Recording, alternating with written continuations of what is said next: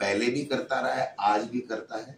जिस भी सरकार ने अपराधियों के खिलाफ, बेईमानों के खिलाफ, इस तरीके की गैंगों के खिलाफ, इन गैंगों से मिले हुए लोगों के खिलाफ कोई भी सरकार सख्त एक्शन लेगी, उसका हम समर्थन करेंगे, क्योंकि बच्चों के भविष्य के साथ में खिलवाड़ नहीं होना चाहिए। ये कांग्रेस पार्टी, राहुल गांधी, खड़गे साहब, हम सब एक सवाल करते हैं। इसलिए मैं तो ये कहता हूं कि जितनी सख्ती के साथ में अपराधियों से निपटा जावे, जितनी ज्यादा खगाल करके अंदर से और नीट एंड क्लीन इस सिस्टम को बनाया जाए, हम उसके साथ में। सर किरोड़ी जी कह रहे हैं कि सरकार जो कांग्रेस थी उसके कई नेता उसके चपेट में आ जाएंगे।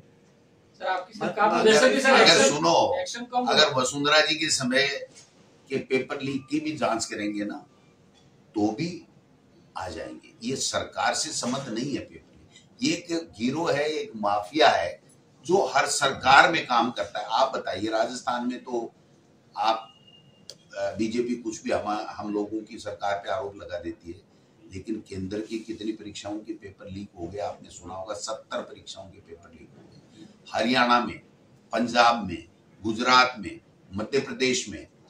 कौन सा ऐसा स्टेट बचा है जहां पर पेपर माफिया हावी नहीं और पेपर लीक नहीं हो रहे? इसलिए किसी एक सरकार पे तोहमत लगाना ये बहुत आसान है।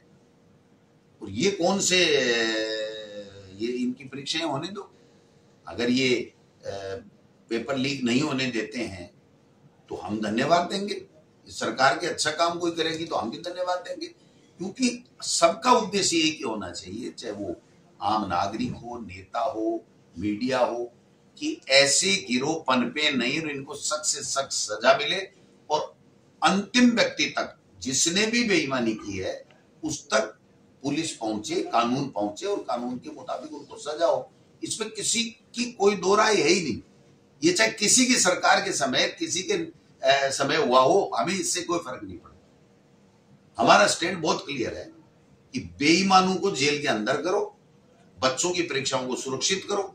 हमने तो कानून बनाया भाई साहब, उम्र कैद का कानून बनाया, और हमारे कानून के बाद में केंद्र की सरकार ने बनाया और 3-4 स्टेट ने बना दिया, बाकी और बना रहे हैं।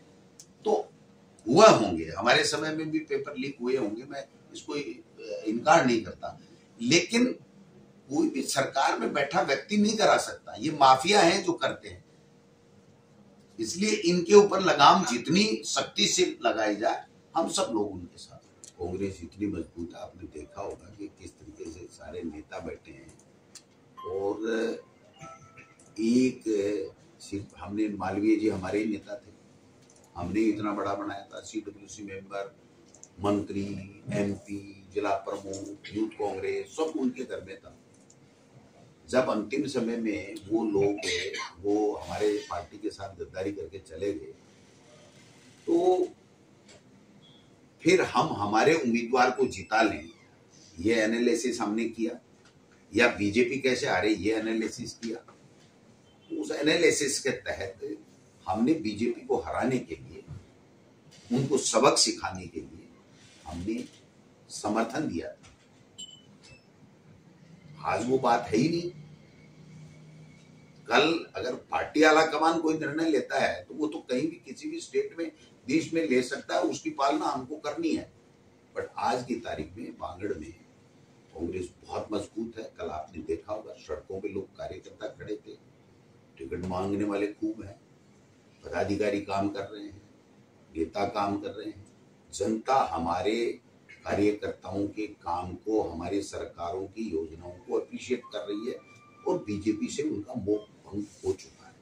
लोकसभा में आपको उम्मीदवार नहीं मिला तो आपने समर्थन किया, तो कहीं ना कहीं वागड़ में जो कांग्रेस की स्थिति है, कैसे कांग्रेस मजबूरी का नाम, मजबूरी को खत्म करने के लिए, मजबूरी को खत्म करने के लिए ही कार्यकर्ता, नेता हम सब दौड़ रहे हैं।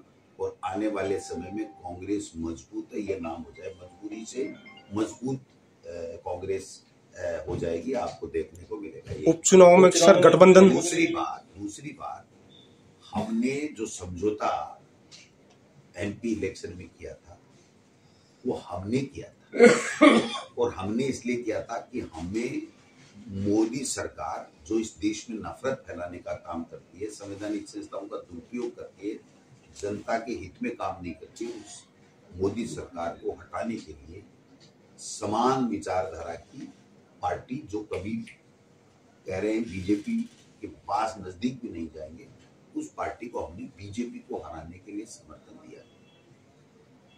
एक तरफा समर्थन था, समझौता नहीं था, एक तरफा समर्थन था। एक दूसरी बात, आज की तारीख में हम कांग्रेस को मजबूत कर रहे हैं, मजबूत हो रही है।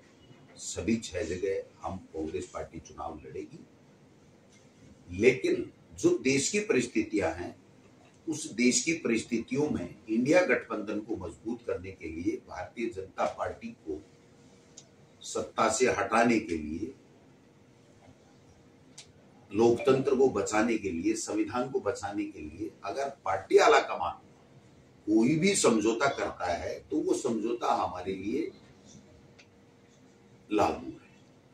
वो पार्टी आला कमान करता है समझौता।